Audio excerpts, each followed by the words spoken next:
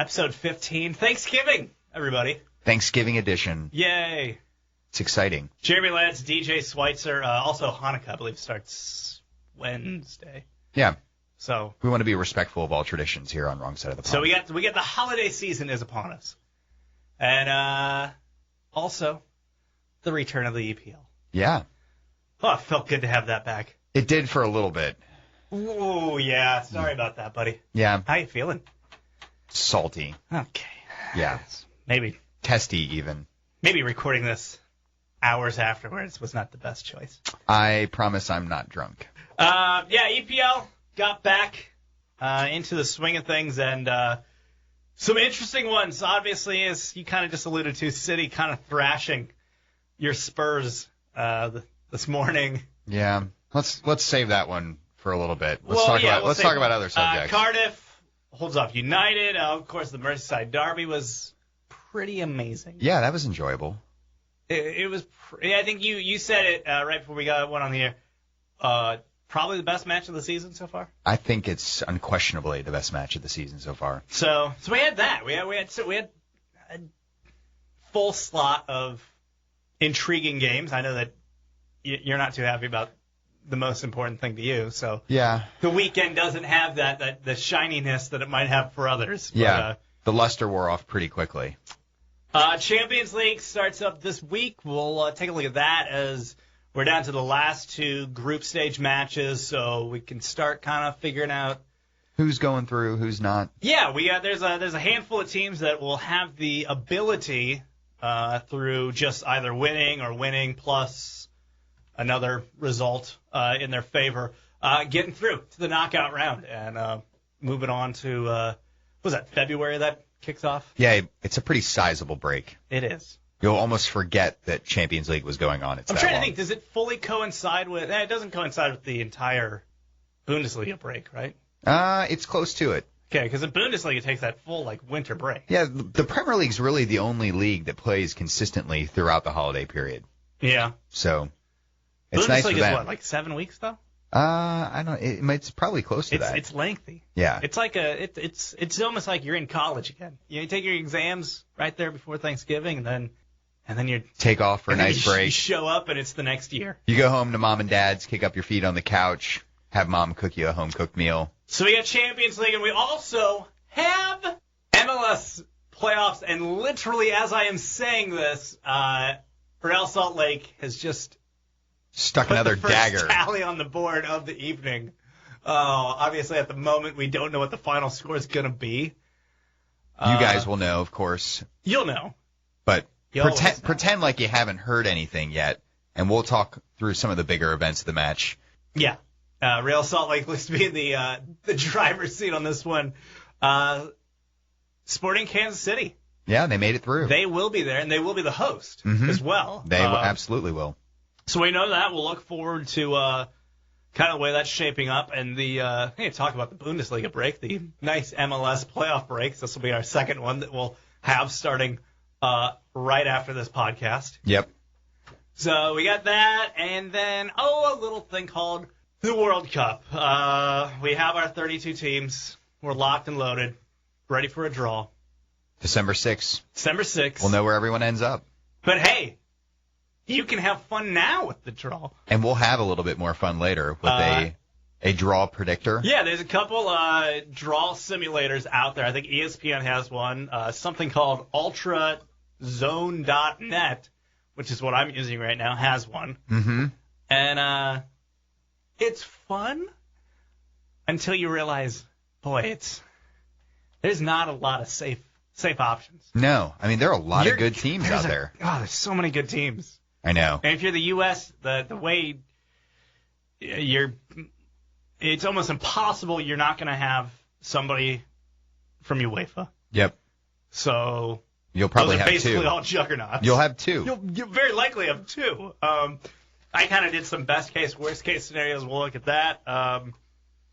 Full slate as we get ready for maybe you're listening to this right now and you're driving to some activity you got to go to with your family Thanksgiving week. Yeah. Yeah. You could listen to us after you've had your big meal full of turkey, a good way to settle in for a nap, listen to the Wrong Side of the Pond podcast. Are you saying this podcast also has tryptophan in it? It might have a little bit. Okay. But I think it's more your sultry voice. Well, it's very true. I get that all the time. That's very true. All right, let's get into the EPL weekend. And we got to start out with, you dubbed it, best match of the year so far. And absolutely, Merseyside Derby absolutely crushed it so far. Yeah. I mean, first one in the books for the year. So it ended 3-3, and in spectacular fashion, pretty much from the opening whistle all the way to the closing whistle.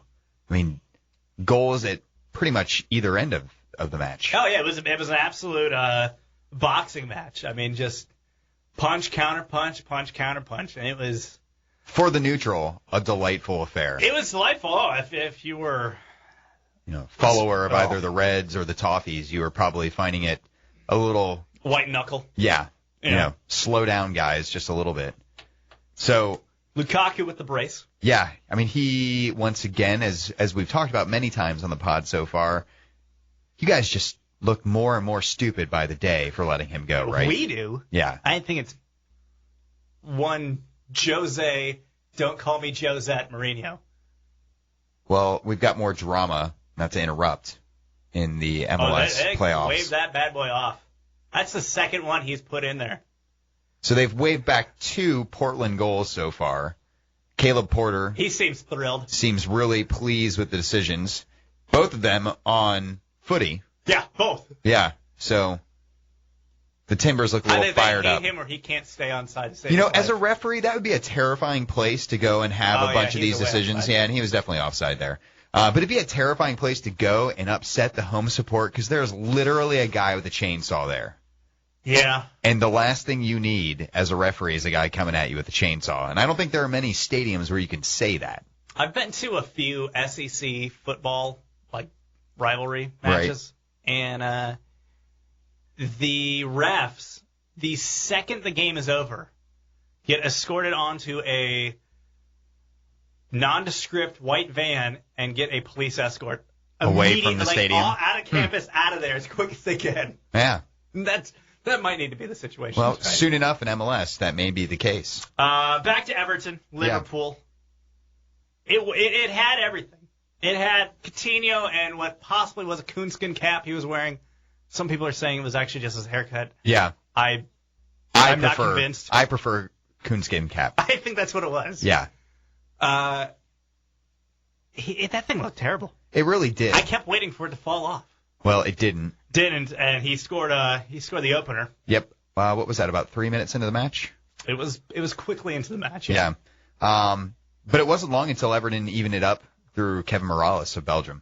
So, I mean, like you were saying, it was punch for punch. I mean, we kind of had a couple minutes here and there where it looked like one team was asserting themselves more than the other. I don't think Liverpool had their best outing so far this year. They look a little disorganized. Their passing wasn't necessarily as crisp.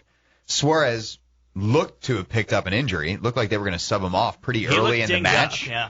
And then got absolutely destroyed by Kevin Morales. He's got almost his own kind of bite marks. Yeah. I can't remember. Cleat marks. Yeah, I don't remember who was tweeting this out, but they were saying that Morales autographed Suarez's, with his cleats. Actually spelled out his name in punctures. He had 2 almost fang-like punctures. Yeah. In his thigh there. And somehow Morales was not sent off for it. I mean, clearly studs up, reckless challenge. Yeah, I didn't see how that wasn't a red card. Yeah. So he was lucky to live. That's as egregious and blatant as you get. Yeah. I mean, I don't know that it was, with malice. I think it was probably, he was just in a rush in the moment trying to get to the ball. Kind of yes, Suarez, that guy is kind of a dick, so we'll let this go. A lot of people probably applauded that effort. But, yeah, I think most people did, yeah. Certain Serbian. Puncture marks, much like a vampire that Suarez could very much be. Except you don't have to get a tetanus shot afterwards. That's true. That's true. So there was some controversy in it, and I'm sure some Liverpool fans will be aggrieved by that event not being more harshly punished. Yeah. So, but Because Suarez has never done anything and should have got a red. No. That's never happened. But Suarez, to his credit, somehow that vicious tackle knocked the limp he had been carrying for the previous 5 minutes right out of him. Enough so that he scored a goal, probably a dozen minutes later. It was like arthroscopic surgery. Yeah. It was exactly what he needed, to get righted. So he got fixed up by some surgery from Kevin Morales, and the referee recognized that he was just actually trying to help him out, and that's why he didn't send him off. Lukaku had 2 in about 10 minutes span to equalize and then give Everton the lead, which they had till the 89th minute. And substitute Daniel Sturridge, part of the SAS, the Stephen A. Smith. Yeah, the Stephen A. Smith tandem up front for Liverpool. Made a brief appearance, but a very impactful one. And equalized for the Reds in the dying moments. You do feel bad for him, but I think it was a fitting result for the match. 4 of the 5 goals were conceded on set pieces. Yeah. So, I think both the managers won't be too pleased with all that. But that said, from a neutral's perspective, it was a fabulous game to watch. Definitely one that will be in contention for match of the year, when we're all said and done in a couple months' time. The other Clash of the Titans, and yeah, that's right, Clash of the Titans on Saturday. Arsenal 2, Titan, Southampton. Yeah. So still, flying high near the top of the table. Flying high. High also might be the term you would describe the play by a certain keeper. Yeah, Artur Bork. Might explain why you give away that first goal. It was pretty much one of those, moments where you just feel terrible for the keeper because you realize he is way in over his head. But do you feel terrible, though? He gets the ball. He has time to just clear it out, get rid of it. He didn't just have time. He had several times where he could have cleared the ball. He kind of wiggled and wormed his way around to try to avoid Giroud, but eventually he gave up the ghost. Yeah, he really did. And ended up, Giroud ended up picking his pocket, scoring the goal. The best part... Hold on. I saw on your Twitter, though, you were accusing him of match fixing on that one. Well, I just wanted to, throw that out there is who could we call out? Yeah. To at least investigate that. Can we look and see if there's some unusual betting patterns on this match? Where do we log a complaint? Yeah, there's got to be somewhere we can phone in to actually, find out if that's the case. But it did seem a little fishy, but the best part of the entire situation was after the match, and of course they ended up losing.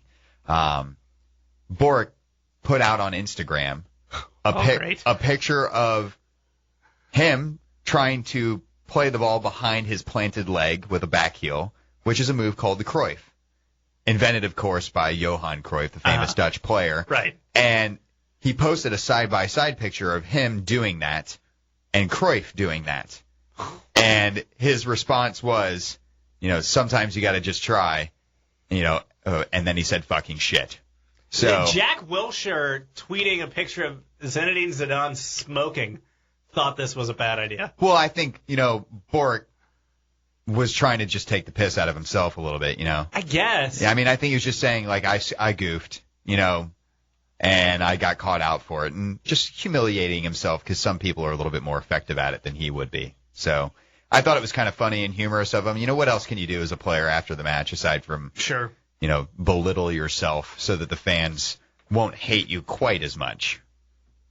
Good luck with that. Yeah. If you can't beat them, may as well join in. Southampton, though, this was kind of one of their bigger tests so far. And it wasn't a terrible performance. No, I think they showed well for themselves and proven that they are still, I think, one of the top sides in the EPL this year.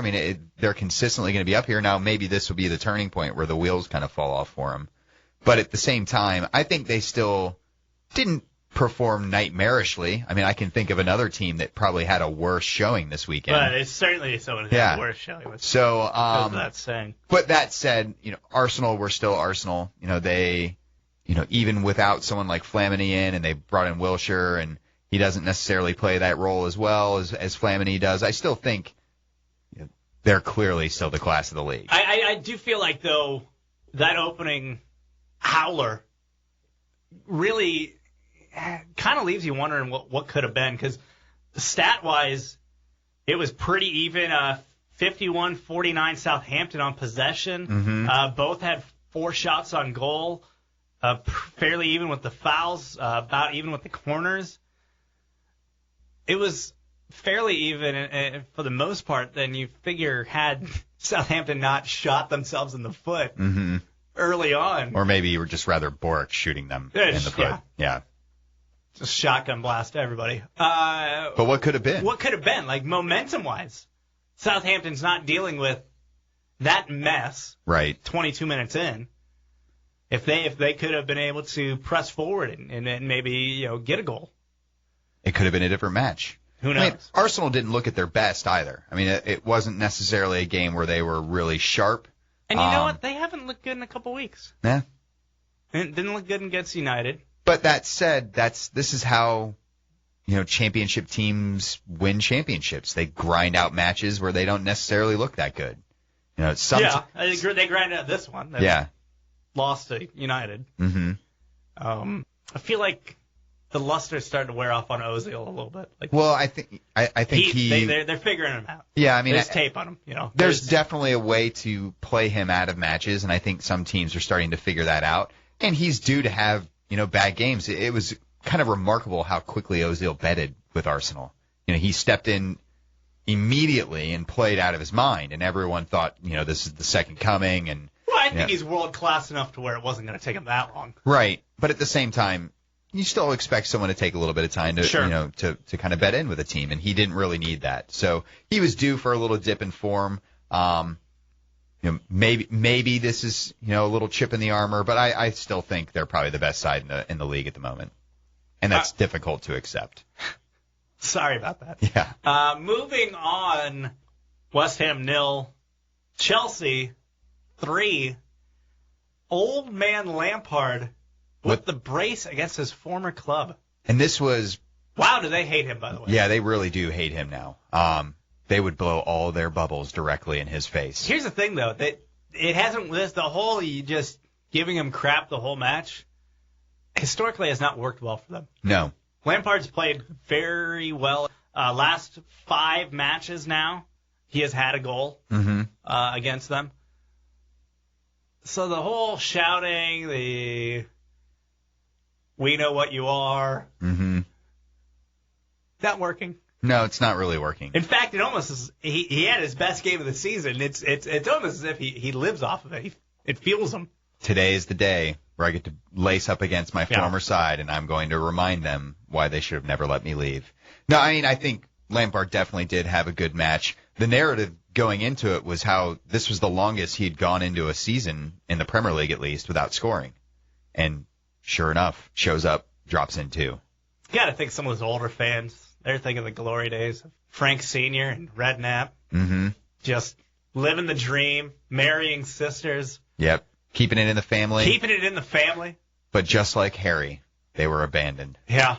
So. And now look, you got the offspring of one of your former players just laying the wood to you. Yeah. Chelsea, though, I gotta say, Chelsea looked they looked good. The last 3 matches, they had opportunities. I just feel like part of it is obviously the fact that West Ham is just not playing well lately. Well, I mean, they're just not good. Not yeah. They took a little better care of their opportunities. I feel like they were a little more aggressive. Oscar, again, kind of doing what he does. He gets his goals, but they're sometimes they're spectacular. He can actually walk into the box and score. I mean, I feel like he either hits like a spectacular shot from long distance, right, or he hits some weird, running shot that you wouldn't really expect to go in. So he always pulls off difficult ones. I'll say that much. But Chelsea had chances. West Ham had chances. Yeah, they did. And this week Chelsea was the one that actually took advantage of their opportunities, and luckily for Chelsea, West Ham really just pissed away a lot of their opportunities. Had this been a better side, or maybe a West Ham that was kind of just in form a little better, this would not have been a clean sheet and could have easily been a draw, because there was plenty of times where West Ham had, and there was 2 basically open goal opportunities that they completely crapped the bet on. Yeah. They go up against half the other teams in the league.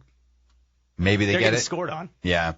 I mean, it's the way the cookie crumbles sometimes. It is, but I feel like despite the win for third or fourth week in a row, you can say that the defense just was not where you expect a Mourinho side to be. They're also playing a lot more freely offensively than you would expect from a Mourinho side as well. Well, yeah, especially Saturday.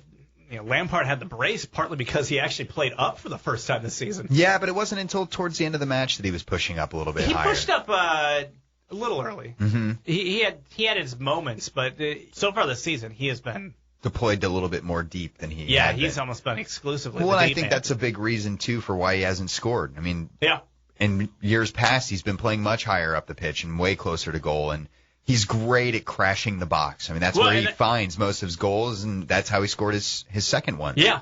It kind of, it looked just like about 80% of the goals he's scored. It's his bread and butter. And the other ones looked also like the other goals he scored. It was a PK. A PK, yeah. So good for Frank, showing him that he can still do it, helping you guys to a nice win, although deceptive. A couple Saturday matches that I just could not care less about. Newcastle 2, Norwich 1. Hey, how about that? Remy scored in the first 3 minutes? Yeah. I actually watched a little bit of this because of the delay to the start of the Arsenal match. Yeah, that's true. Again, one of those things that just would never happen in America. Hey, public transportation's failing us. Let's delay this match. Yeah, so they had a 15-minute delay. Ever happen in America. Yeah, I tweeted out during the match, it's really a point of globalization because you have people all across America bitching about the trains in London. Yeah. Mad that their match wasn't starting on time. So it's just one of those things that free markets brought to us. But, okay, if today the subway was jacked up or something in New York, NFL game's still going to happen. Yeah. If it was baseball season, that Yankees game's still starting on time. Yeah. No one's stopping. No, they have no problem. Public transportation's not going. Yeah, they'll play in front of a half-full stadium. That doesn't bug anyone in the NFL. They don't give a crap. But in England, they'll pause things up for us. It happens at least a couple times a year. Yeah. Yeah, it's already happened twice so far this year. So every so often. But I did watch a little bit of it. Newcastle looked decent enough. They're putting a good stretch together here. Yeah. This is what they do. This is, they'll put a few good games together, and then they'll have a couple crap games, and, they'll float just above the relegation had some crap zone. Ones already. Yeah, they certainly have. Well, they opened the season with a 5-0 City defeat. Yeah. What could be worse than that? Oh, wait. 6-0, I think. I guess that would we'll mathematically be worse. We'll get there. Stoke 2, Sunderland 0. Yeah. We almost had the vaunted trifecta of 3 Americans on the field at once. Could have had that. Breck Shea, for the first time this season, was on the team sheet. He was on the bench, and that was as far as he got. Breck on the bench. Progress. Yeah, progress. It's better than not making the game. I honestly figured he might get into the match if he's going to be on the team sheet. Maybe they put him on there because they want to get him in. Maybe so he can get a little camera time there, give him some love, and hopefully kind of move along this possible get some interest involved so that once January hits, they can get him somewhere. Yeah, a little audition to put him in the shop window. Some give a few minutes so that people can see what they can have. Speaking of the shop window and Stoke City and Americans, Juan Agudelo, his move to Stoke City fell through this week. Oh crap! Yeah, he was denied a work permit by the English Work Office. So what happened there? Too young? He just turned 21 this week. He did just turn 21, so it's not a matter of age. So in order to actually be awarded a work permit to play in England, you have to do one of two things. You either have to be an extraordinary talent, which is a very... That's up to interpretation, isn't it? A lot of people do think that Agudelo is a talented player and could... For his age, absolutely. Oh my goodness. Could potentially be a good talent in the future. But normally you see that reserved for players that are, just out of this world that a lot of people, are chasing after. And when it's just Stoke chasing your signature, that may not necessarily qualify you for starlet status. But the other side of it is you have to play in 75% of your team's national team's games in the previous 2 years, which Agudelo definitely has not. But that's how guys like Shea were able to get the move. Yeah, because when they were given their move over, they were in the national team quite a bit more.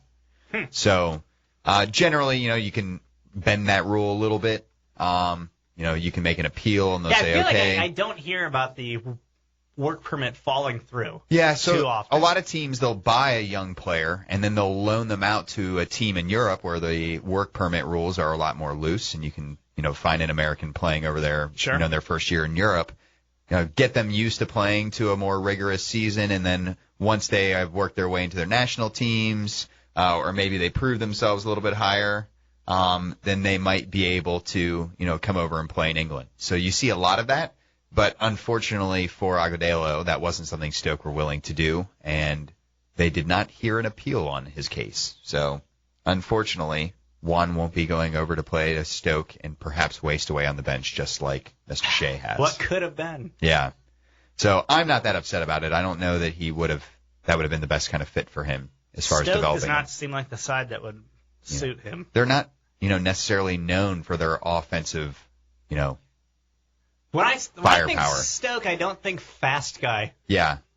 So maybe a good thing, maybe not. We'll see. That's all I have on that one. Yeah. Otherwise, Sunderland's back in the basement. Yep. They just seem destined to stay down there, too. Yeah, it's not going to get better. No. Fulham 1, Swansea 2, Martin Yole. What kind of photos do you have of the chairman? Yeah. At Fulham in compromised situations. That you still have employment. How many weeks in a row have we said, this is the last week for Martin Yole, he's going to get fired. So, I'd be hesitant to put any money on him losing the job this week, but it seems impossible that he can continue on as the manager. I can't imagine that's going to be the case. Well, and they bring in a new coach last week. Mm-hmm. I mean, the writing's on the wall. At what point do you almost just go, you guys want me to leave? I'll leave. Yeah. Yeah, Martin doesn't really seem like a guy who's just going to go marching out. He is one crackhead video away from being the mayor of Toronto. We are stripping all of the power away from you. Yeah. But you're still here. Yeah, you're still here. We'll let you stick around. We haven't gotten rid of you yet. I feel like taking all your power I feel like away. That's harsh on Martin Yole. I mean, yeah, he's doing poorly. But I certainly don't think he's been, caught doing crack. Well, no, that's why I said he's by all accounts, he's a pretty likable guy. He's a crackhead video shy. Okay, I get it. Yeah. This situation. I thought you were implying that that's just going to be the final straw for him. As soon as that video surfaces. Once his surface, the video of Martin Yole and the mayor of Toronto surfaces on the internet, having a party together, that will be his undoing. So maybe he'll get to stick around. I think the one thing of note in this match is that good old Scotty Parker scored a goal. It had literally been about 3 years since he had scored a goal. So I forgot he was still giving it a go there. Yeah, still running around like a busy bee. Way too old to be doing that. With that 1940s hairstyle of his. Yeah, like he fell out of World War II. Hull City 0, Crystal Palace 1.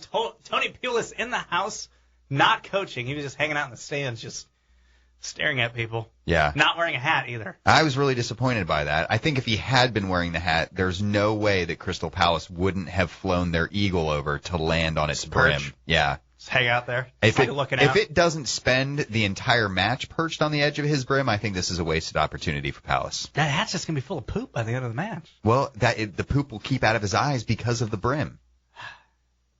That's gross. It is gross. That hat's going to be able to stand up by itself at the end of the match. Well, if it's, made of a nice resistant material, they could probably wash it and keep it nice.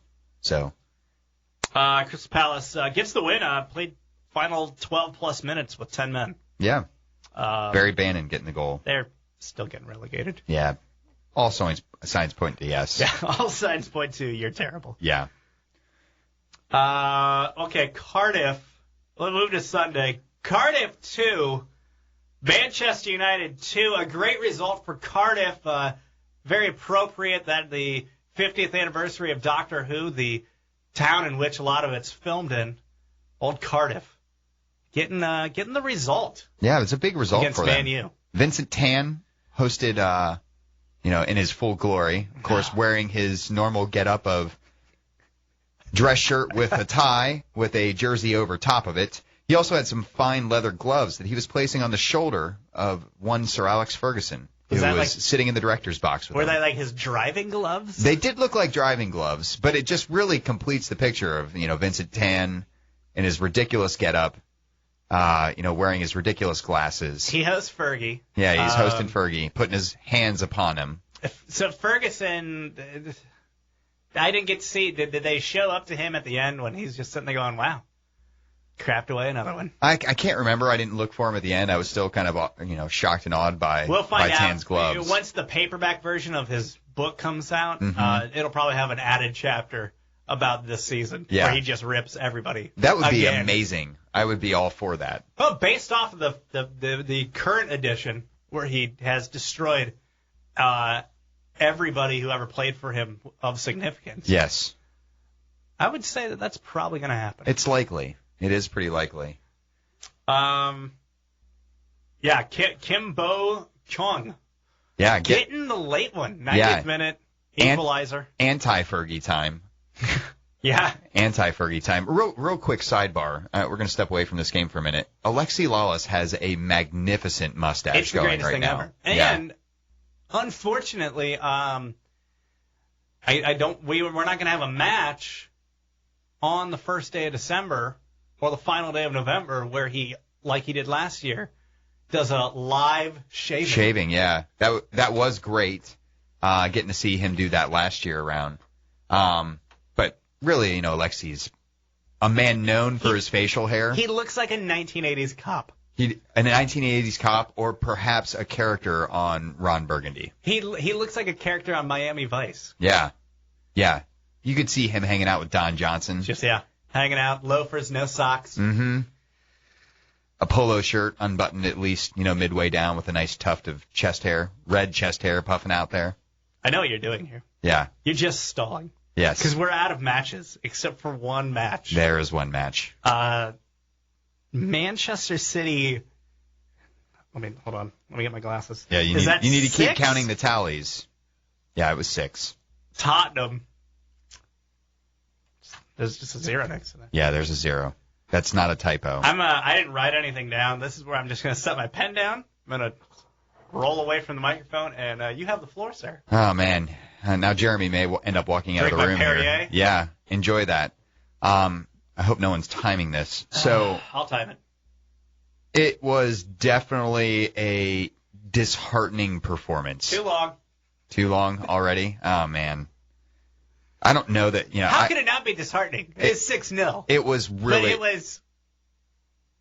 I can't even. I'm still kind of in shock. In 19 seconds? In 19 seconds, we gave up our first goal. It was kind of like you knew once that goal went in that it was going to be a really bad day. I turned to my wife. We were sitting at home watching this and said, my morning is already ruined, and it's going to get worse. And, first off, let's talk a little bit about that opening goal. I don't know if Lloris was trying to clear the ball, like just hoof it out, or if he was legitimately trying to pick Sandro out with a ridiculously stupid pass inside of 2 defenders. But regardless of whatever the situation was, it's a miserable way to start the match. Credit to Jesus Navas, though, for having a gorgeous goal. So Aguero's first shot on that poor pass out, Lloris parried away, and Navas chipped from the far side into the side netting on the backside, and it was gorgeous. Almost as gorgeous as his piercing blue eyes. Well, have you seen those eyes? I literally lose myself in them. They're like feminine eyes. Yeah. And they just had that nice light blue. It's really light blue, but they look like they're about 10 miles deep. Like you could jump into them and swim around. So I'm not fawning over him, I promise. But kind of what you're doing. Yeah, I am. I'm trying, again, to just not talk about the rest of the match. After that goal, as bad as the opening goal was, Tottenham actually took it to City for the next 20, 25 minutes, and were the better side for a majority of it, all the while being interrupted by fits of terrifying Sergio Aguero-led counterattacks. I'm telling you, him and Suarez. It was get that ball and every time he got into the opposing half, I literally was like, well, we're going to get scored on here. Yeah, here's a goal. I think the biggest problem with this, and this was there were two things that were kind of repeating themes throughout the match, was the space between the back four and the midfield was humongous.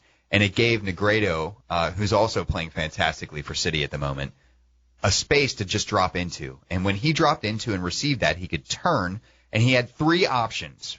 Piercing runs from Aguero, Nasri, and Navas, all of whom are very speedy, very crafty players. And they literally just sliced us up. The other problem that we had is that our backs, both our wing backs, Kyle Walker, who might be the world's stupidest soccer player, and a very disinterested-looking Jan Vertonghen playing out on the left, both of them were pushed ridiculously high. So it almost always left a scenario of three players running against two, Kabul and Michael Dawson. And Michael Dawson might have had the worst match ever. And I get why Vertonghen is mad that he's not playing center back, because when you look in and you see Dawson playing as shitty as he did today, I would be really frustrated that I wasn't playing in my preferred, better position as well. So, I think long term we're even looking at Dawson, not being in the starting 11 and Vertonghen and Kabul being our starters. But either way, the strategy was all off for a majority of the match. Spurs had to push forward to try to counter everything, and they were left severely exposed because of it. And a side like City that is terrifyingly good on counterattacking, it was always going to be a risky proposition. And when you come out of the gates having to push like that when you're 3-0 down at the half, you just knew there were going to be more goals in that second half, and almost none of them were going to be for Spurs. So it now leaves us 3 matches in a row without a win. In fact, 3 matches in a row with losses. We haven't scored in any of those games. Sergio Aguero and and Suarez both have more goals this year than Tottenham have. Yeah, I was going to get to that quickly. Monday we have 2 matches that nobody cares about. One match. Yeah, one match. West Brom. 2 teams we don't care about. Yeah. That's what I wanted to say. Yeah, there we are. 2 teams that suck and we don't care about, even though they actually are. Possibly one of them could leapfrog Swansea for 10th place. Villa and West Brom. But I wanted to move to the standings because you brought up a good point. Arsenal, first place, 28 points. Liverpool, second place, 24 points. Their goal differential is 11. Same with Chelsea, who also has 24 points. They're neck and neck right there. Fourth place, City, 22 points. Goal differential, 22. That is ridiculous.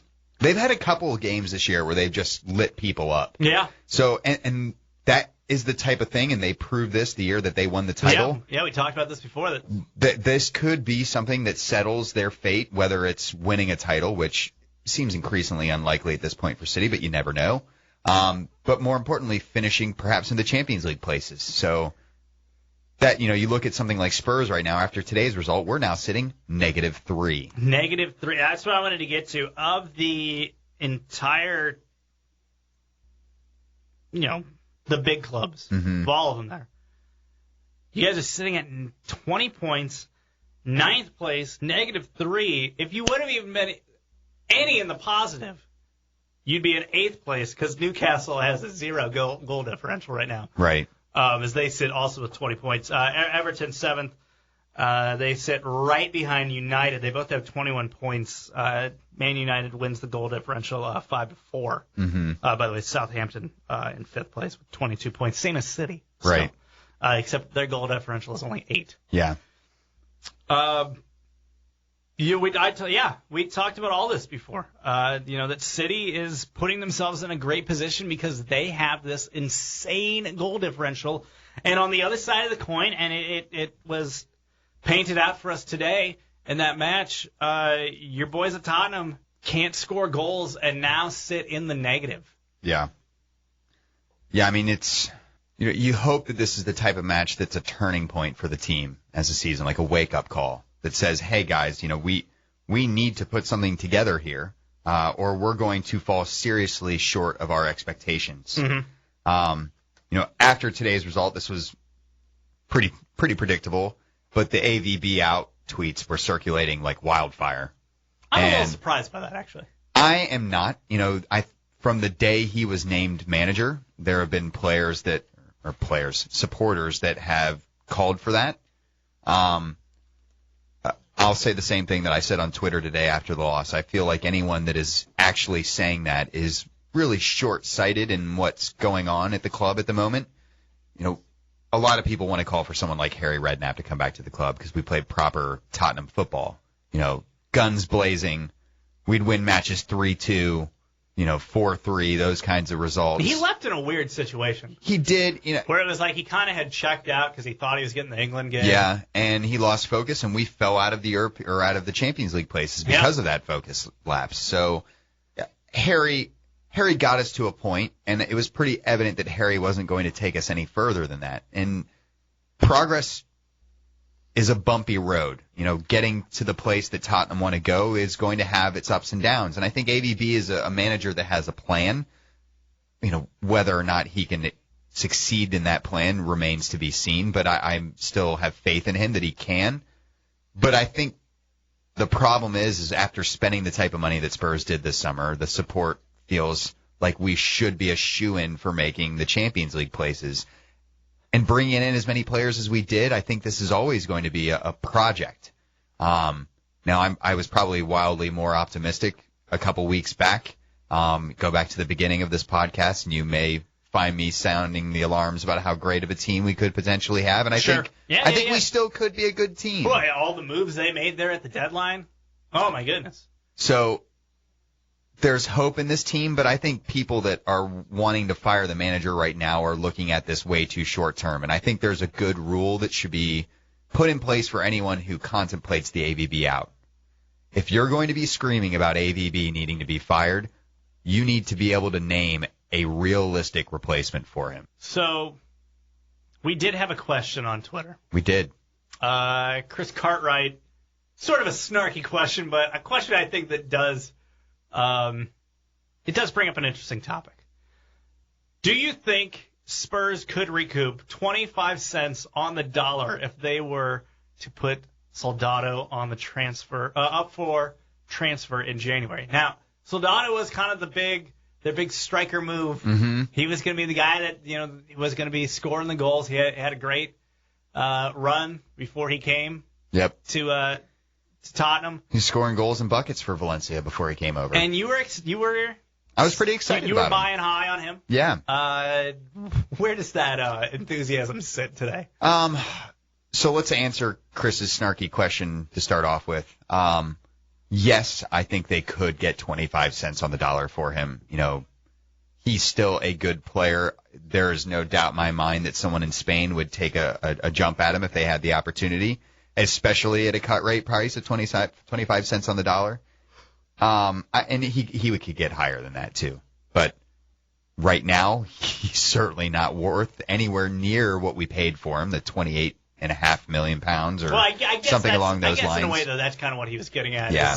He's seeming a bit overpriced. Money well spent. But I still think it's less Soldado's fault. Or his fart. Yeah, or his fart. It is less Soldado's fault and more the way the team's been playing. We haven't had many balls that have been served into him, and he has always been more of a fox-in-the-box type of player that's going to nab you goals, be in the right place at the right time, almost Lampard-esque in the way he runs into the box. Yeah. Finishes with his head a lot. So we're just not getting that service. And today, I was hopeful the way that they had set up that we were going to see a little bit more of that. And granted, I think Aaron Lennon created a lot more chances for Spurs than Townsend has over the last few weeks. The goals need to come. Adebayor made his first appearance of the season today. AVB admitted after the game, maybe we need to go to a 4-4-2 and experiment with having both Soldado and Adebayor up there together. So I think he's still learning from his mistakes. I'm just hoping that he's not a wasted signing. It's 4 goals so far. 3 of them from penalties. 3 of them from penalties. Yeah. So really one legit, he created this goal. So let's hope that he can find them. But yes, Chris, we could sell him on for 25 cents. I'm with Chris. Yeah. Most people are. I'm just trying to remain optimistic over here. Let's move to something where Spurs don't have to worry about losing 6-0. Champions League. Yeah, because we're not in it. We're probably not heading there at this point. We got starts up on Tuesday and Wednesday this week, so especially Wednesday, I know a lot of people are going to be able to get the day off. So there are a couple decent-sized matches that are upcoming. Matches, and more importantly, things are taking shape. Yeah, we had a couple teams, your Bayern Munich's, your Manchester City's, advancing, getting through. They're already set for the knockout rounds. A few more clubs could have that happen for them. Starting this week, Bayer Leverkusen. Mm-hmm. They need to beat United, not likely. Mm-mm. And then they need Shakhtar to either lose or get a draw against Real Sociedad. Also, not likely. No. So I would say they're not great chances, but the scenario is there. Yep. Manchester United, they just have to win. Yeah. Yeah. They could use progressing through. It'd be a nice little burst of energy into their kind of dingy locker room at the moment. PSG, a win or a draw, they're good. Mm-hmm. Olympiacos, a win over PSG, again, not likely. Yeah, but it could happen. Could happen. They would also then need Benfica to lose. Which is also pretty unlikely. Certainly not going to happen. Couple other ones. Chelsea, of course, a win or a draw, and they're in. Well, I hope so, because we need to keep you guys out of the Europa League, because at this point, if we have any shot of getting in the Champions League, you guys need to not win a tournament. Well, hopefully we will not win Europa this year. Yeah. I hope for that as well. I don't want you in there. Schalke just needs to win in their match over Steaua Bucharest. Mm-hmm. So if they win that, and then coupled with Chelsea winning, which is fairly likely to happen. Yeah, I think it will. They're in. Arsenal. By the way, we can have. It's pretty likely we're gonna probably get all 4 Premier League sides into the knockout round. Which is odd, because in years past we haven't seen near as many of them. No. Arsenal, they just got to win against Marseille. They're good. And then have Napoli win. Then they're in. Yeah. This week, they still have a really good shot as long as they win this match.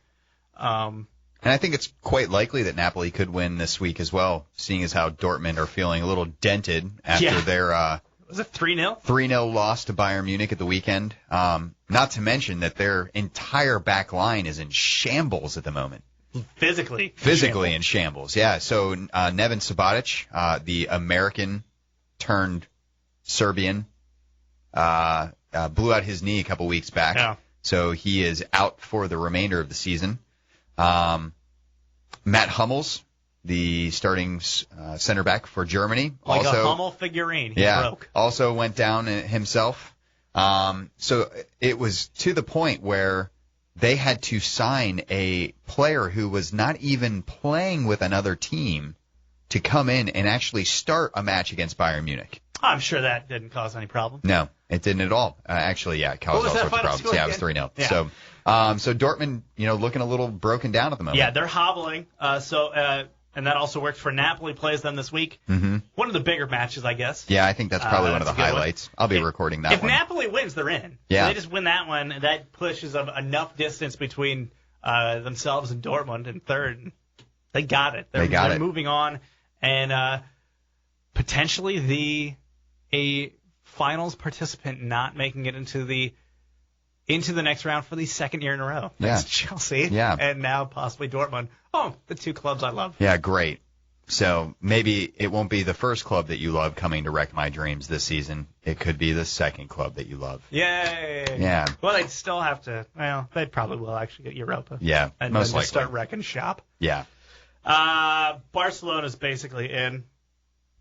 I think they just need a point Against Ajax, yeah. So it seems pretty likely. And then AC Milan needs Barcelona to win, and then a win over Celtic, both extremely likely. Yeah. So Milan is probably moving on, despite the fact that AC Milan has been fairly tepid. Yeah, I mean, of late. They're not having the best of seasons domestically. Mario Balotelli, has actually not found himself in too much trouble this year, despite the fact that club have hired someone to basically be his nanny, which I think is awesome. That happened in the NFL.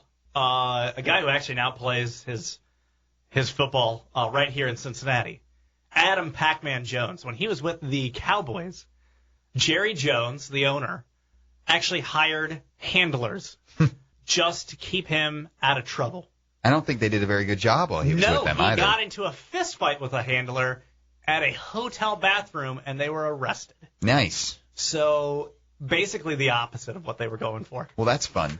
So yeah, hopefully it works out better for him. Yeah, well, maybe this handler will keep him from shooting off, fireworks in his bathroom, something along those lines. I don't see how this is a fire hazard. I mean, they're just gonna. We got a sink right here. I can just put. Why not? Plenty of water in this room. Perfect. Let's move on to the World Cup predictor. Yeah. Unless you have anything else on Champions League. Nah. No. Oh, Landon Donovan, by the way, will be this week's guest analyst in studio with my buddy Rob Stone and Winalda. And I'm not going to lie. Barton, I feel like that's a little bit of a weird pick. He's kind of nasally. I like Landon a lot. I think he's a good dude. He's not the most dynamic of personalities. No. He's very monotone in the way that he talks. Very nasally. A bit. Of course, you know what? I thought Tim Howard was going to be a good fit, and then he came off extremely monotone. Yeah. When he was hanging out with Arlo White doing that Chelsea-Man City match. Yeah, that's very true. I think a lot of that was just him. I used to play in a fantasy football league. Yeah. That was titled Landon's Nasally Monotone. There's that. So that's why I think it's a little bit of an odd choice as well. But yeah, he's you got to bring a personality. You got to bring. Listen, Winalda, love him or hate him, brings a personality. He always has something to say. Alexi Lawless, love him, hate him, think the mustache is amazing. He's got a personality. Yeah. Even and it's been a work in progress throughout the years. Taylor Twellman. Yeah. He brings a certain brand, a certain personality. An angle. They're not afraid to say things. He brings a concussed angle. Yeah, that's very true. And he will talk to you about it all the time. He was very worried when Sandro was puking on the field yesterday. He was freaking out? Freaking out a little bit. And he was asking, why is no one from Spurs really reacting much to this? And we were all like, well, Sandro just does this on occasion. Yeah, he just vomits. Someone put a pretty cool tweet up to it that he was just expelling weakness from his body. Yeah, some people do that. My 2-year-old son, if he's either crying or laughing too hard, he will throw up. And does he come away from it better? Yeah, he rebounds. He rebounds good. It kind of strengthens him. It kind of refocuses him like, whoa. Yeah. Things got a little out of hand. Let's right the ship here. So he'll do okay in college then. Yeah, I'm a little worried about that. Yeah. We'll get out of your future for a few minutes here. So, yeah, Donovan will be hanging out. So you'll have that as a little added bonus there Tuesday and Wednesday. Let's move to the World Cup predictor. I want to do that because I think by the time we're done with this, this match might be done, so we might be able to fully talk about MLS. Yeah, MLS and MLS Cup. Yeah. So we have it. The 32 teams have qualified. Mexico, Uruguay, France, Greece, Croatia, and Portugal wrapped things up for us. Right. They took up those final slots, so we have our field. We will get our draw on the 6th of December. Yeah, so we're just a couple days away at this point. But until then, if you log on to a few of the World Cup draw simulators, you can kind of have some fun with what could be. Yeah, fun or hunt your nightmares. Yeah, I'm starting to feel like it's more nightmarish. Yeah. especially if you're a fan of the U.S.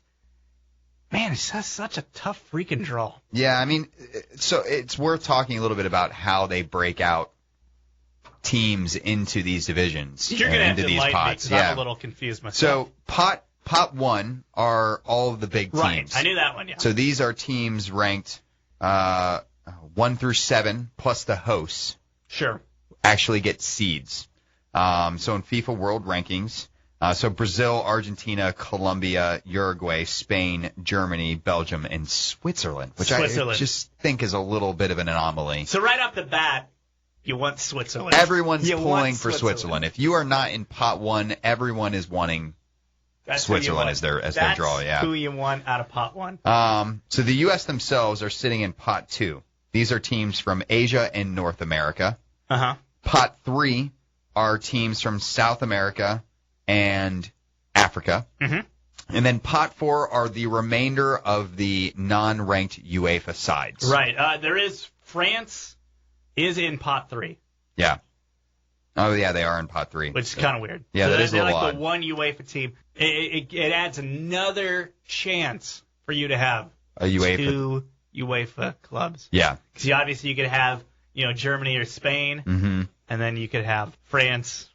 You can't have 3. Yeah, you can't have 3. Luckily, you there cannot are have rules 3. against having 3, so luckily you won't see that. Yeah, luckily the U.S. could not possibly draw, Spain, France, and Portugal. Yeah, I mean, that would be miserable. However, they could still draw Argentina, France, and Portugal. Yeah, that's very possible. I went ahead and did a few. Okay.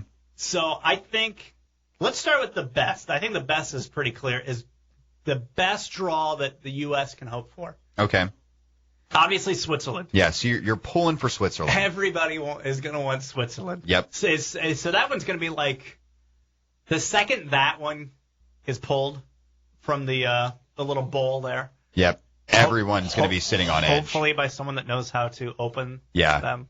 The last time we had a draw. UEFA draw was crippled by. Yeah, no one could open the balls, at least any of the older players that they brought back. You felt it was like humiliating to see a couple former legends. But they're footballers. It's not like they're like very dexterous with their hands. Yeah, it's not like they're like NFL linemen that have like just these gnarled arthritic hands and like their fingers are all out of Well, what do you joint. want them to do? Have like a bunch of piñatas get tumbled around and have them kick them? Would that work better for you? That'd be so awesome. Well, it would be awesome. Like they would have to. I would DVR that and probably watch it like 5 times. Yeah. It'd be like watching like a Wipeout. Yeah, it'd be pretty fun. Some of them would come out with candy too, so you'd see who would get really excited about candy. Yeah. And you drew Switzerland, so that's Way to awesome. go. Yeah. Win. So that's, the pot 1 You that want everyone's Switzerland? hoping for. So we're hoping for them. As far as pot 3 is concerned, I'm thinking Algeria. yeah, Algeria, Cameroon are actually the lowest ranked side in the tournament at 59. But Cameroon actually has like decent players. Yeah. Like I think a they have guys few. that can show up. Yeah, I mean, Who's showing up and out? Who's on that Algeria team that go, oh boy, if he gets hot, we're F. Yeah, that's true. Like that doesn't exist. Yeah. So, yeah, you're probably right. Algeria, we did face them in the last World Cup. Yeah.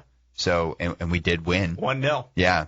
Go USA. Yeah, just the famous Landon Donovan goal in the dying moments of the match. So maybe we'll get a repeat of that. We'll see the nasally monotone voiced one net a big goal for us again. The goal that birthed Ian Dark's American career. Yeah, that right was there. the goal that did it for him. I mean, he was just a contract guy that they brought in. They brought in Martin Tyler. They brought in all these the big names from the UK to call World Cup matches for them. And Ian Dark was kind of just one of those guys they brought in. And that goal right there, that call, go USA, gave him I believe a 4-year deal. Yeah.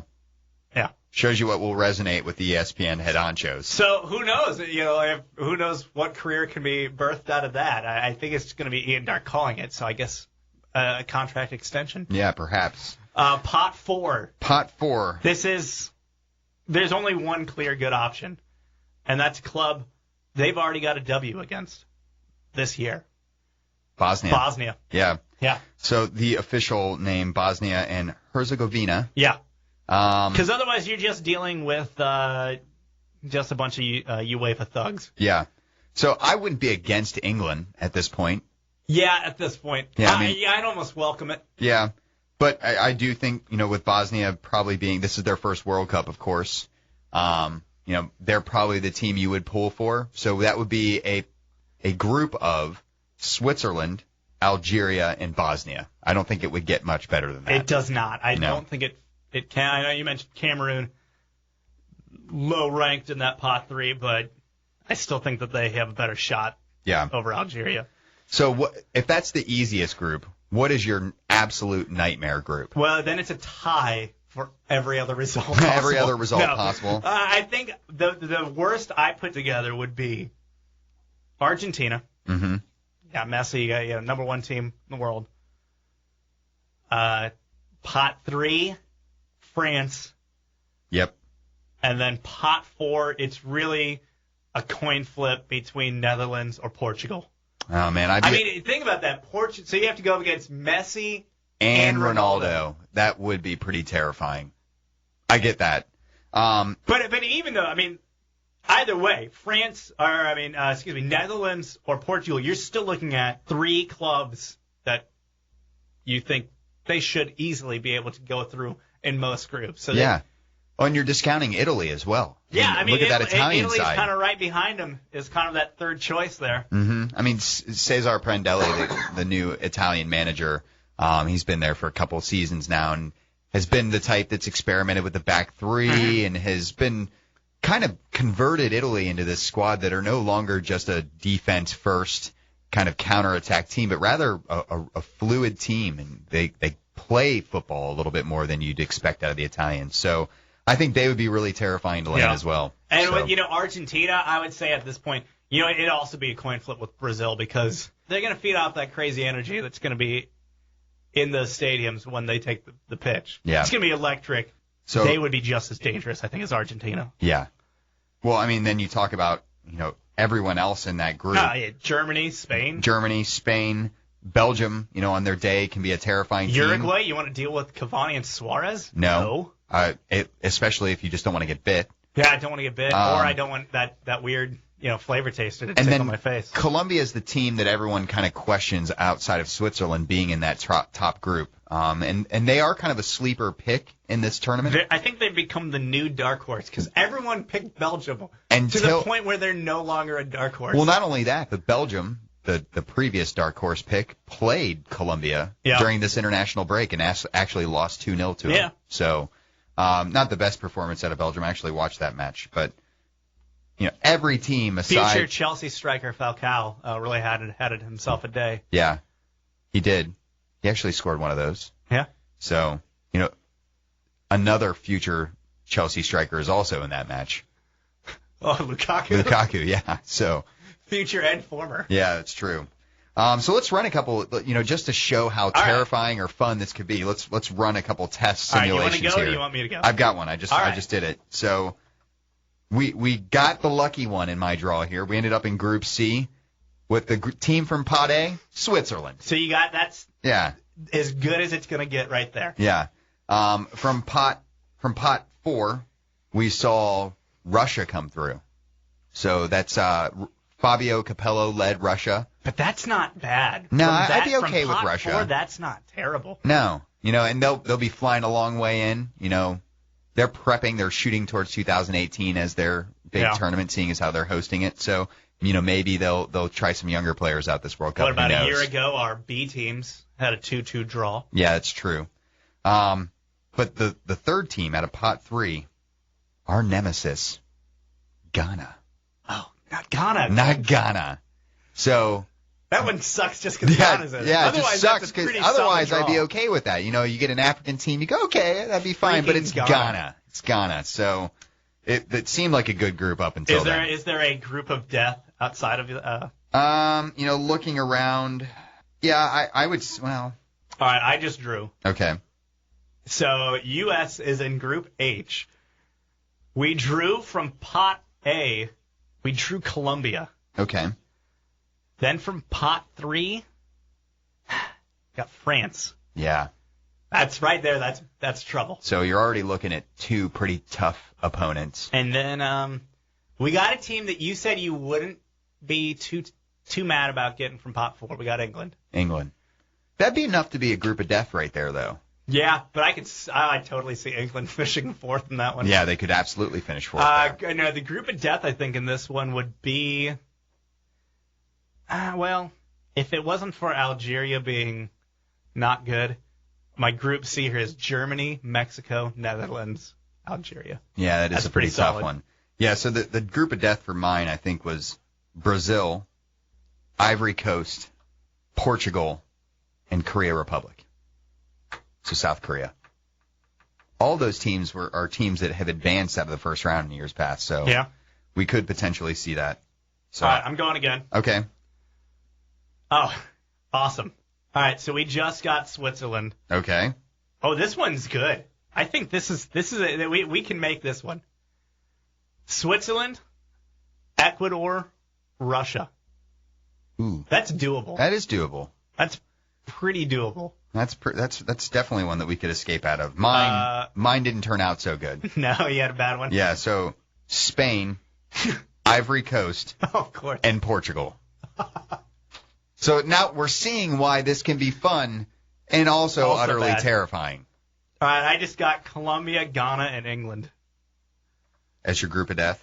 With USA. With the USA, okay. Yeah. Oh, jeez. All right, here we go. All right. We are Group H, and we are your group of death. Colombia, USA, France, Portugal. Yeah, that's pretty tough. That's a 4th place finish. That's a 4th place finish right there. Yeah, we could potentially finish bottom of that one. So I got a pretty soft one here. So Switzerland. Again, we keep getting that one, which means we're not going to get that. Not going to happen. Yeah, it's not going to happen. Ecuador and Greece. Greece are one of those teams, though, in a World Cup you want to steer clear of because they just grind out results. They do just enough. They do just enough. So have fun pressing that, here for the next couple weeks as we approach the what could be a really fun draw. It's kind of addicting. I'm still going over here. Yeah. And you could do it all night long, and there's really no need for us to do it all night long. You guys can come up with your own nightmare scenarios if you like. Yeah, so check it out, ultra-zone.net, and then I believe ESPN FC just put out one as well. Okay. Of course, I went on their website and couldn't find the link to it. So yeah, well, that's pretty much how everything is on that website. Good luck with that. Let's get into some MLS playoffs, as this one is winding down. We got about 15 minutes left. Yeah, 15. You would imagine there'll be some stoppage time in this one, given all the shoving matches we've had. Sure. Oh, yeah, that's right. There's going to be at least 4. Yeah, so let's go ahead and start off with the conference final that we already know the result of. So out east, yep. Kansas City won at home, a come-from-behind win, no less, 2-1 over Houston after a 0-0 opening tie down in Houston 2 weeks ago. So that's one half of my prediction actually making it to the final. 2-1 final. Kansas City is the 5th MLS team to have won both the Eastern and Western Conference Finals. Man. Yeah. Nothing like stability in this league. But the win does actually mean, as you mentioned earlier, that they'll be hosting the MLS Cup. So Sporting Park, fabulous spot that I'm hoping to actually take the MLS Wrong Side of the Pond Stadium Guide tour to next season. Cross our fingers. So Sporting Kansas City hosting the MLS Cup. They also hosted the All-Star Game this year. That's the second time that a site has hosted both in one season. Let me guess. All right, go ahead and guess. Home Depot Center. It was the Home Depot. You want to go a year? Yeah. First year it was around I can't remember. 2003. Yeah. MLS All-Stars beat Guadalajara 3-1 at the Home Depot Center. Yeah. And then, of course, the San Jose Earthquakes got the 4-2 W over the Fire at the Home Depot Center. At the Home Depot Center. Very interesting stat there. So, yeah, that's only happened one other time. The other thing now that Kansas City's in and that Houston is not in and that LA has already been eliminated and that DC was the worst team ever this year This is only the fourth time ever in MLS history that the MLS Cup does not have either L.A., Houston, or D.C. That's incredible. Yeah. That's really incredible. I'm just really happy that we've been spared a third year in a row of L.A., Houston. Yeah. Oh, by the way, 2003 was also one of those times. San Jose. Yeah, that's Chicago. True. Yeah. So just goes to show you. 2008 when the Crew beat New York. That was one of the other ones. Yeah. Which, ironically, this was the 5-year anniversary of this weekend. That's right. So it was 5 years on Saturday that the Crew actually hoisted the cup. I remember I was at the Arnold Classic the following March, right before the season started, and they had it on display. I went up and got to hold it. Yeah. It was pretty sweet. Was it heavy? Yeah, a little. I mean, it wasn't that heavy, but it wasn't like, holy crap. Yeah. But, I got to hoist the MLS Supporters Shield earlier this season, and it was a little bit heavier than I had anticipated for just a sheet of metal. It was thick gauge. Well, it's a shield. You get why. You got to be able to block stuff. Yeah. You get why, someone like Sergio Ramos might drop one of those things when you finally get your hands on them, because they are a little bit heavier than you might expect.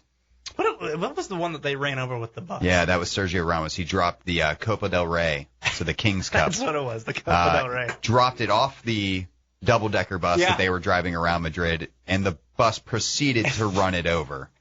It's one of the best videos out there. Yeah, so if you ever have a chance to go, I can't remember what city this is in. It might be in Madrid. They actually have the busted-up, unfixed version on display, and I think it's either in the Spanish Hall of Fame or it's either in Real Madrid's illustrious trophy cabinet. That's fantastic. Yeah, so... So we basically do have our final, though. Yeah, so this match isn't quite over yet. We're in about, we're in the 90th. Are we in the 90th minute now? So it looks like my prediction of an MLS Cup final of Real Salt Lake and Kansas City is going to come true, which is something to kind of take away from this awful, god-awful Sunday. You got it right. Yeah, so you nailed it. My prediction is correct. My Seattle-New York prediction was not as successful. Didn't really work out for you all that well. It's unfortunate. But, the Timbers, credit to them. They had a great season. They obviously have a fantastic support. The Timbers Army are lighting off their green flares at the moment and jumping around and singing as their team's about to be eliminated. So it's a send-off. It is a send-off. For a great season. Good news for Portland fans. We talked a little bit about MLS games earlier. They will have the All-Star game next year. Sure. And it was just announced this week who they're actually going to be facing. Oh, yeah. I keep missing news. Yeah. Big news. They're going to be facing Bayern Munich. Holy crap. Yeah. That's an actual really good team that they're going to be facing. Wow. So, it's still going to be preseason for them, and, they won't take it all that seriously. But I imagine that's going to be a pretty pricey ticket to try to get your hands on. Difficult as well. Yeah, because what is that stadium doesn't hold? No, it's not huge. No, it's not huge. I don't think it quite holds 30,000. I think it's like 28, 29, somewhere in there. So tickets will be hard to come by. Already a really popular venue in the Portland area. Tough to get tickets anyway. I'm trying to think. Bayern Munich does not come to the States often. No, I think they've been over a couple times. They've played in some of those international challenge type tournaments before. So sure. But it's been a few years since they've been over, so that'll be kind of fun for them. So something to look forward to for next year. So we talked about it. No Houston, no LA. We got Sporting Kansas City. They have this new stadium. They got the All-Star game. Coached by a former player in Peter Vermes. Absolutely. And then on the other side, you got Real Salt Lake, kind of a squad that's kind of been around for a while. Everyone thought this was going to be a rebuilding year for them as well. They kind of shuffled around to make sure they stayed under the salary cap. But Jason Kreis, credit to him. He's just like Caleb Porter, who he's about to defeat here tonight. Two of the brightest young managers in the league. Yeah. Porter obviously coming from a more of a traditional coaching background, while Kreis himself was a former player. Two of the best dressed individuals. Oh yeah, absolutely. Now this, oddly enough, could be Kreis's last season in charge of Real Salt Lake. He's declined signing a contract extension. a lot of speculation is he's going to be going to NYCFC. Really? Filling their first coaching position and taking the entire next year to help construct that team. So that's what the whispers are, at least. What about... So this would be a nice swan song, for him to, go out on a high note, win Real Salt Lake another championship. And this is just pure speculation, but he was one of the names thrown around for the U.S. gig. Yeah. Back in the day. Yeah, and you got to think, World Cup coming up, good result, bad result, Jurgen still might decide that was enough, yeah. Yeah, that kind of thing happens. He has said that he's wanted to stay on, but it wouldn't be unrealistic in either way to see him. Wouldn't be crazy if it happened. Yeah, him and the U.S. part ways. And I think your point's really good. I think Kreis, assuming that things continue going the way that they have, he could very well be a candidate for the replacement. Because there was a lot of people thinking that he was going to be the guy because we thought that Jurgen was too lofty of a goal to get. Well, we went after him several times. Yeah. And, it was clear that he had certain demands and he wasn't going to go. Was Caleb Porter just sent off? I don't know. It's the final. He's just leaving. Yeah, he's just leaving. He's walking through the green smoke. So we may see that, but I do think this is going to be a bit of a coaching duel in the final.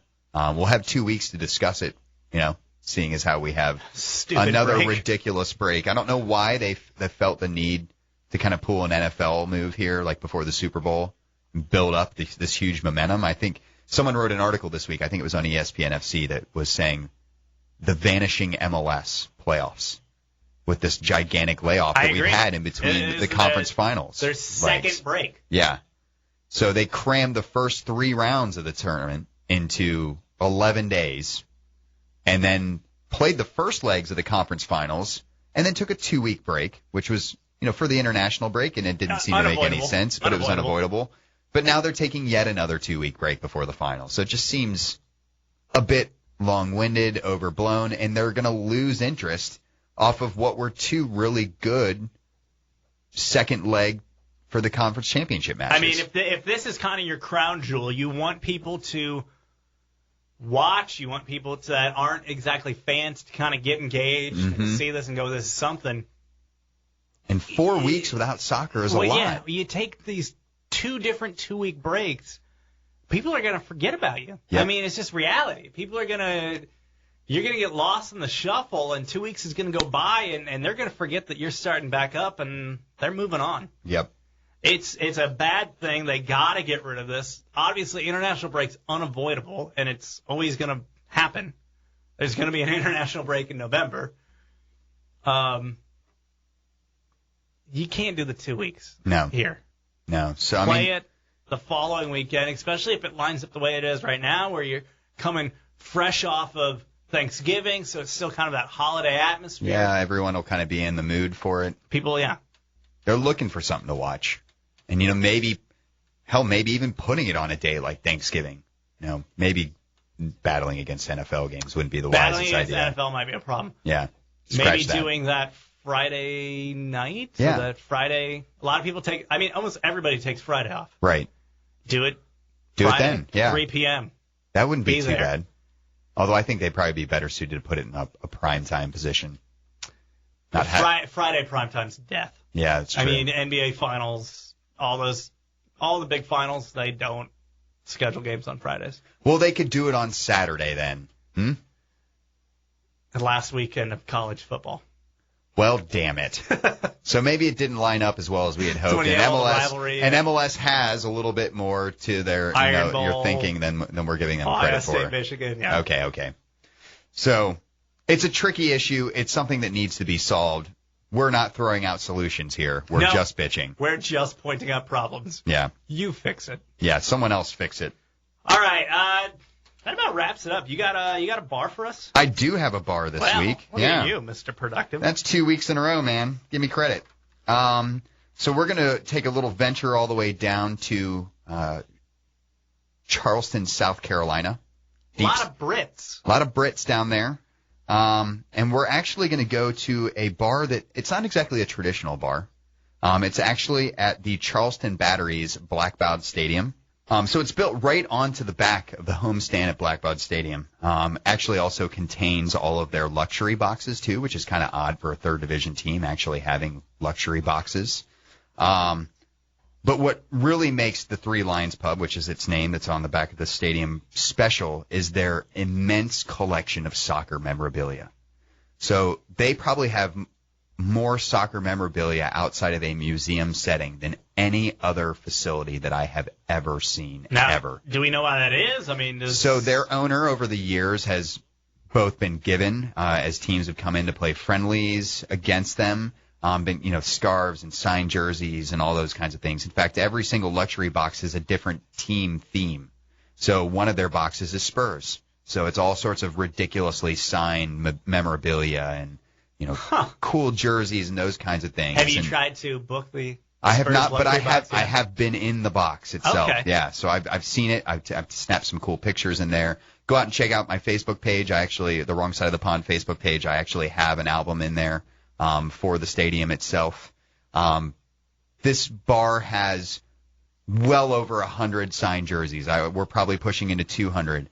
They have a scarf room, which is floor to ceiling, nothing but scarves. That's awesome. They have collections of, cabinets upon cabinets, collections of World Cup balls from all the way back into the 1930s up to recent times. It is literally a sight to be seen. So if you ever have a chance to, one, go catch a game at Blackbaud Stadium, it's a fantastic minor league park right off the highway if you're ever in Charleston, so definitely go check that out. But definitely do. Not necessarily a typical spot where you're going to go and watch Premier League matches, although they do occasionally open up for them. But more a spectacle as far as what you can see. So definitely go check it out. Good deal. Good deal. All right, next week, once we all wake up from our turkey comas. Yeah. EPL in action. Obviously, again, you have Champions League this week. Yeah. Decent matchups. We kind of went through the scenarios. Several big clubs can go ahead and punch their ticket to the knockout rounds in February. Right. Tottenham, no break. Yeah, we have no break at all. We're going right in for Man United next week, so that'll be an interesting way to try to recover. And then another top of the table matchup, Southampton and Chelsea. So that's kind of the only two ends. It's otherwise a pretty dull affair. Light week. I think City has like Swansea or something. Yeah. So. Yeah. We'll be talking about it though. So we're almost getting close to, but we're getting close to the winter, and we're getting close to January. Next thing you know, we're gonna be talking transfers. We got FA Cups right around the corner. It's about to get really hectic, folks. Yeah, it really is. So while it may seem like it'll be a little drab, we'll have ample stuff to talk about in the weeks to come. So. And if you need anything else to fill your time, just start predicting that World Cup draw. That's true. Once you start, you can't stop. They're like Pringles. They are. So. All right, folks. It's been fun. Catch you next week. Later.